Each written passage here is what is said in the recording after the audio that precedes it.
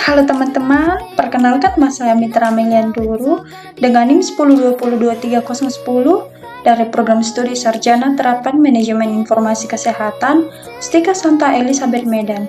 Kali ini saya akan memaparkan materi dan soal kasus tentang menyusun kerangka dan hipotesis. Mata kuliah metodologi penelitian yang diasuh oleh Ibu Pemahlia Simbolon. Selamat menonton! Kerangka teoritis merupakan bagian yang memberikan gambaran dan batasan-batasan tentang teori-teori yang menjadi acuan dalam melaksanakan penelitian. Biasanya bab yang memuat tentang kerangka teori penelitian ini disebut bab tinjauan pustaka. Kerangka teoritis adalah kerangka yang berisi penjelasan mengenai teori apa yang akan digunakan dan dijadikan landasan atau acuan oleh peneliti, yang juga disertai dengan asumsi teoritis untuk menjelaskan fenomena apa yang akan diteliti oleh seorang peneliti.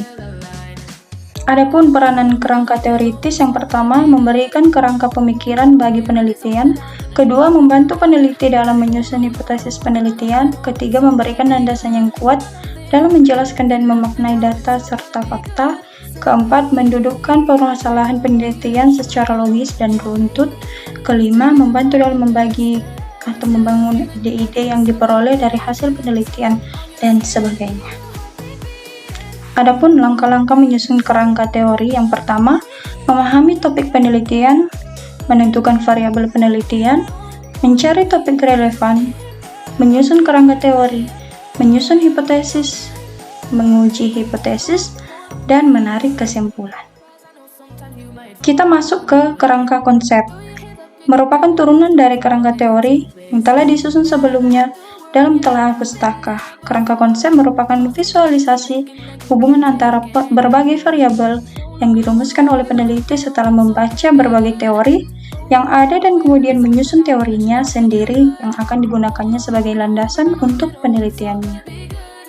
Adapun tujuan membuat kerangka konsep, memberikan penjelasan secara visualisasi hubungan variabel-variabel penelitian, meningkatkan ketajaman pemahaman tentang variabel-variabel yang akan diteliti, mempertegas ruang lingkup penelitian, dan dapat dijadikan bahan untuk pemilihan jenis desain penelitian. Berikut adalah cara membuat kerangka konsep. Dapat diperhatikan, ada beberapa langkah untuk membuat kerangka konsep. Berikut syarat kerangka konsep. Pertama, memiliki variabel penelitian yang terdefinisi dengan baik sehingga fokus penelitian mudah dipahami. Penelitian perlu menjelaskan hubungan antara variabel yang akan diteliti yang didasarkan pada teori yang relevan sebagai landasan ilmiah, dan jelas, mudah dipahami sehingga memudahkan pembaca dalam mengikuti hubungan antar variabel yang digambarkan. Menurut Wahab 2013, hipotesis berasal dari kata hupo dan tesis. Hupo artinya sementara atau lemah keberadaannya, dan tesis artinya pernyataan atau teori. Adapun ciri perumusan hipotesis yang baik, pertama, merupakan kalimat deklaratif, kedua, mengekspresikan korelasi dua variabel atau lebih, ketiga, merupakan jawaban tentatif atau sementara terhadap masalah, dan yang terakhir, memungkinkan untuk dibuktikan secara empirik. Adapun kriteria hipotesis yang baik adalah sebagai berikut, dapat diperhatikan ada 4 poin. Alasan mengapa hipotesis harus dibuat. Poin pertama, hipotesis yang dirumuskan peneliti dapat dijadikan bukti kuat bahwa peneliti mempunyai penguasaan yang cukup luas dan mendalam mengenai fokus kajian. Hipotesis merupakan panduan peneliti dalam rangka pengumpulan data dan analisa data, penentuan prosedur kerja, dan data yang harus dicari selama proses penelitian. Adapun kegunaan hipotesis penelitian ada dalam 4 poin, bisa diperhatikan di layar. Berikut penjelasan tentang hipotesis nol dan hipotesis HO. Dapat diperhatikan.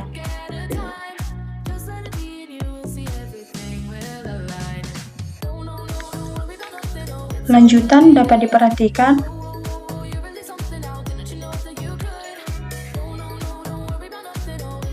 jenis hipotesis. Pertama, dilihat dari arah penolakannya. Hipotesis dua sisi atau two-tail. Two-tail adalah hipotesis alternatifnya yang hanya menyatakan perbedaan tanpa melihat apakah hal yang satu lebih tinggi atau rendah dari hal yang lain. Lanjutan, bagian B, uji hipotesis atau satu sisi atau one-tail. Adalah bila hipotesis alternatifnya menyatakan adanya perbedaan dan ada pernyataan yang mengatakan yang satu lebih tinggi atau rendah daripada yang lain. Dua, dilihat dari jumlah variabel. Simple hipotesis atau hipotesis sederhana. Disebut juga dengan hipotesa bivariat karena hanya terdiri dari dua variabel, yakni variabel dependen dan variabel independen. Pada jenis hipotesis ini, parameter distribusi populasi dinyatakan secara lengkap. Hipotesis sederhana terdiri dari dua jenis, yaitu hipotesis untuk hubungan asosiatif sederhana yang secara sistematis ditulis dengan variabel X dan Y sebagai berikut. Lanjutan bagian B, kompleks hipotesis atau hipotesis kompleks. Hipotesis kompleks disebut juga dengan hipotesa multivariat atau hipotesis komposit karena memprediksi hubungan antar tiga atau lebih variabel. Lanjutan dilihat dari hubungan antar variabel. Hipotesis deskriptif. Hipotesis ini berbentuk pernyataan tentang nilai suatu variabel mandiri dan tidak membuat perbandingan atau hubungan. B. Hipotesis komparatif. Hipotesis yang menyatakan dugaan nilai satu variabel atau lebih pada sampel yang berbeda. C. Hipotesis asosiatif. Hipotesis ini berisikan pernyataan yang menunjukkan dugaan hubungan antar dua variabel atau lebih. 3 macam kesalahan yang mungkin terjadi saat pengujian hipotesis, yaitu kesalahan jenis 1, menolak HO yang benar, kesalahan jenis 2, menerima HO yang salah, kesalahan jenis 3, kesalahan merumuskan hipotesis. Kesalahan jenis 1 dan 2 sudah diperkenalkan secara luas oleh kalangan statistikawan. Kesalahan jenis 3 tidak banyak diperkenalkan dan ini mengakibatkan pemecahan masalah yang tidak menyelesaikan masalah, sementara masalah sesungguhnya tidak terselesaikan. Klasifikasi hipotesis. Pertama, hipotesis nol atau hipotesis statistik. Pada penelitian, hipotesis nol ini diartikan sebagai tidak adanya hubungan atau perbedaan antara dua fenomena yang diteliti, diberi notasi atau simbol dengan HO. Kedua, hipotesis alternatif atau HA adalah lawannya hipotesis nol, yang berbunyi adanya perbedaan atau adanya hubungan antara dua fenomena yang diteliti, variabel bebas dengan variabel terikat, diberi notasi atau simbol dengan HA. Soal kasus pertama, seorang peneliti ingin menganalisis penerapan rekam medis elektronik di sebuah rumah sakit daerah. Ia menggunakan teori kesiapan organisasi yang menyatakan bahwa keberhasilan implementasi dipengaruhi oleh faktor sumber daya manusia, budaya organisasi, tata kelola kepemimpinan, dan infrastruktur. Peneliti kemudian menggambarkan hubungan antara faktor tersebut dalam bentuk bagian sebagai dasar penyusunan variabel penelitian. Berdasarkan kasus tersebut, langkah yang sedang dilakukan peneliti adalah, menurut saya jawaban yang paling tepat adalah bagian C, menyusun kerangka teori. Soal kasus kedua, seorang peneliti merumuskan hipotesis sebagai berikut. Terdapat pengaruh antar dukungan manajemen dan kualitas sistem informasi terhadap aktivitas pengguna medis elektronik rumah sakit. Tersebut melibatkan dua variabel independen dan satu variabel dependen. Berdasarkan variabelnya, hipotesis tersebut termasuk jenis. Jawaban yang paling tepat adalah B, kerangka konsep. Soal kasus ketiga, seorang peneliti merumuskan sebagai berikut. Terdapat pengaruh antar dukungan manajemen dan kualitas sistem informasi terhadap efektivitas penggunaan rekam medis elektronik di rumah sakit. Hipotesis tersebut melibatkan dua variabel independen dan variabel dependen.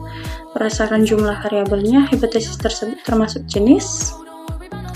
Jawaban yang paling tepat adalah bagian D, hipotesis kompleks. Sekian pemaparan materi dan soal kasus dari saya. Saya ucapkan terima kasih atas perhatiannya. Mohon maaf jika banyak kesalahan dan tutur kata yang kurang jelas. Salam Santa Elizabeth.